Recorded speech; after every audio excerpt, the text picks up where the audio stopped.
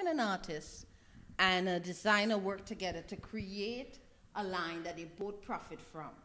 And many people, I'm like, I can't do that. Well, let me give you all a story.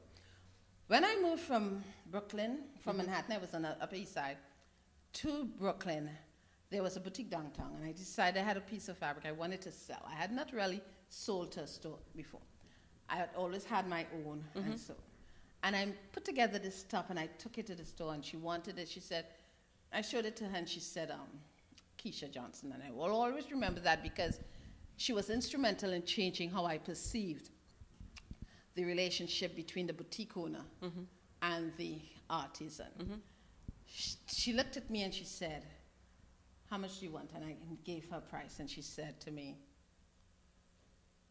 can I make a proposal? She tried it on. She's a stylist, and this simple top suddenly took on 7 ways of wearing it. Wow. And which is all my clothing, and I don't style it. I just make it, and by the time it's done, the consumer owns it. So, they can show me how and it evolves. And she said to me, I'm willing to give you the money for production. You organize the production. We split it 50-50. And most people say, no, I just want my, but I knew to listen. I'm a second generation, so before you make a decision, you listen and you to the entire proposal. Right. She said, I'm willing to give you 50-50. And I'm thinking, okay, that's not, well, it's about what I was going to sell.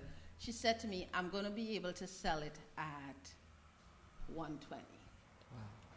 Which was way above what I saw the value for. Right. But she understood that because I worked on it, because I created it, hand-dyed it, etc., that the value was way more than I had perceived it to be.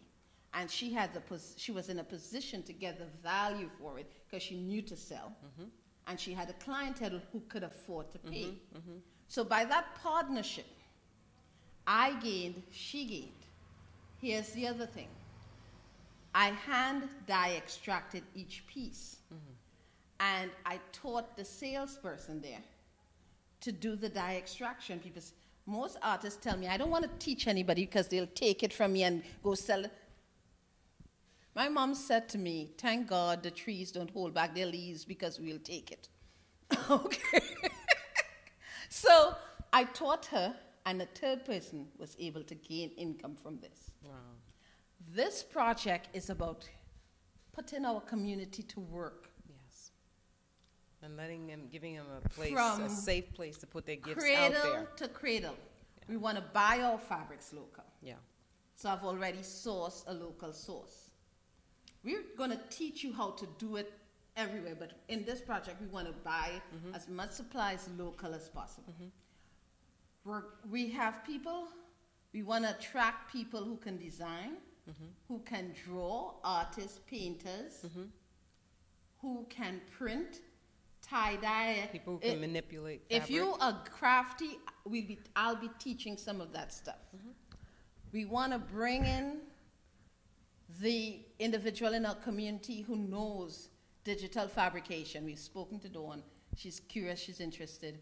We want to, because she said to me, we can make straps for the pebbles, for all these smart watches. Not something I ever thought about. So we want to bring in some of that wearable technology, the solar, the conductive, the threads, cording, and show us how to use it. We want to then show you how to develop it and take it to market. We'll be using a pre-tail method that I've tested and works to sell, and a local store is going to host that process for us. Plus, we're going online with what we've been working on with the video and the selling, etc.